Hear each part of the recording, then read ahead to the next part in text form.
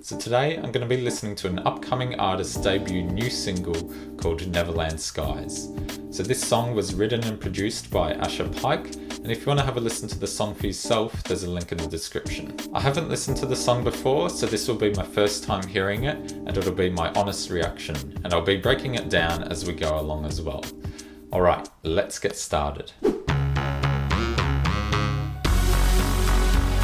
I'm liking this style. That's pretty cool. It's like an 80s kind of style of music.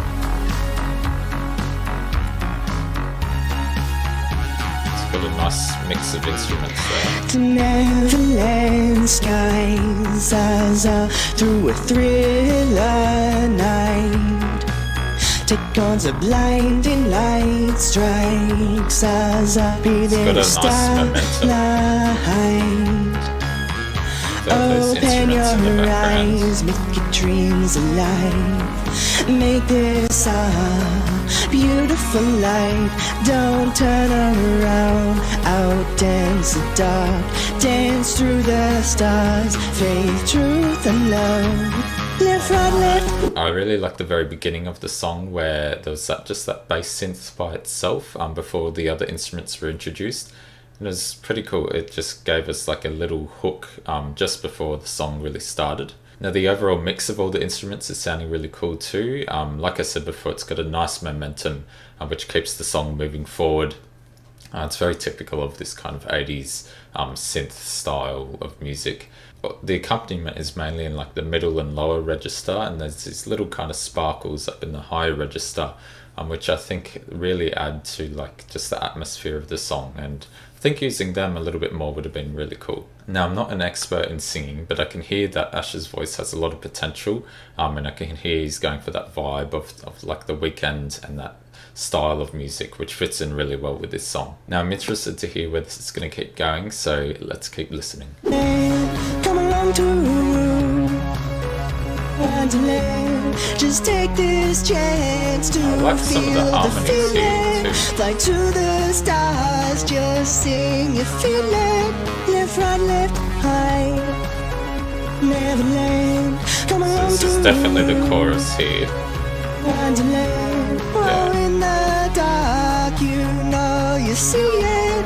It's a shining star, you're a star, believe it. Oh, that's really nice. I like this. Yeah, I really like the instrumental part here.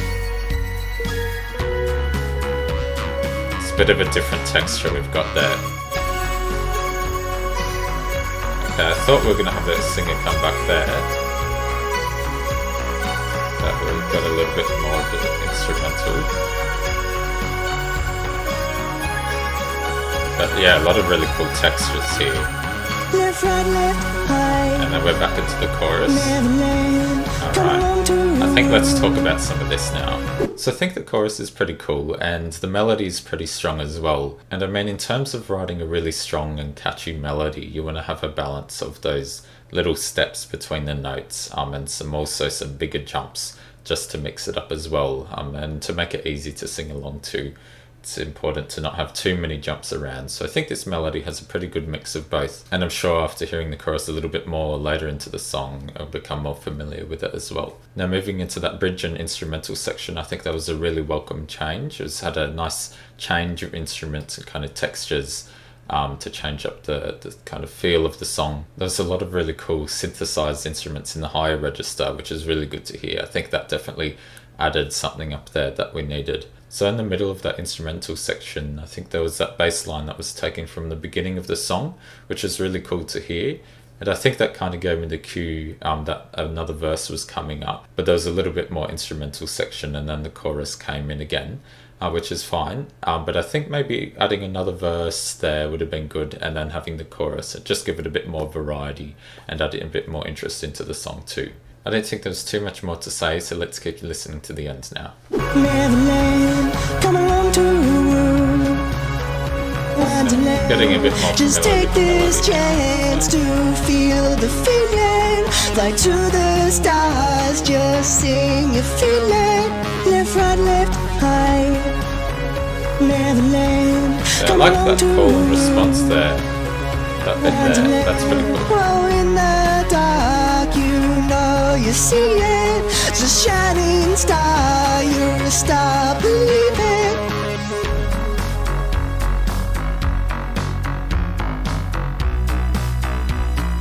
Okay, this is a nice outro as well.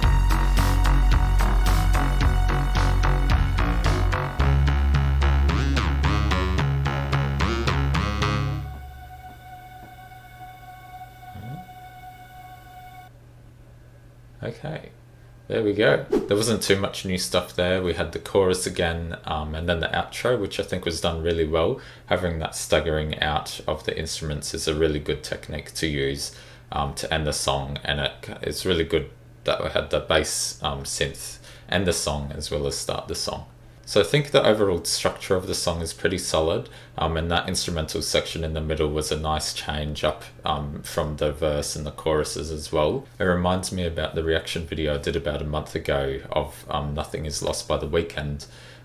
There was a part where it had all the percussion and the drums and everything, and then they dropped from the mix, and there was just these really nice swelling strings in the background as the accompaniment.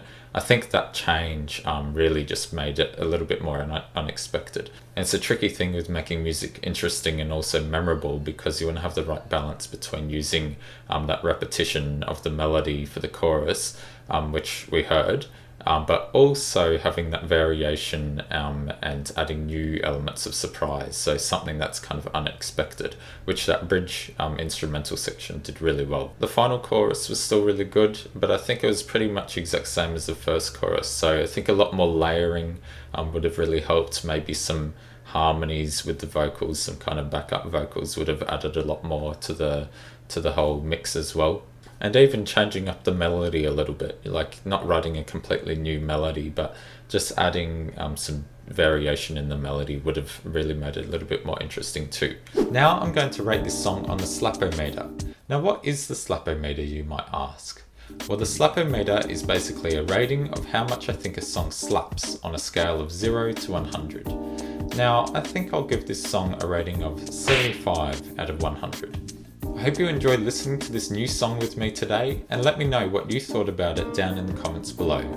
Anyway, thanks for watching, and I'll see you again in my next video in 2 weeks' time. See ya.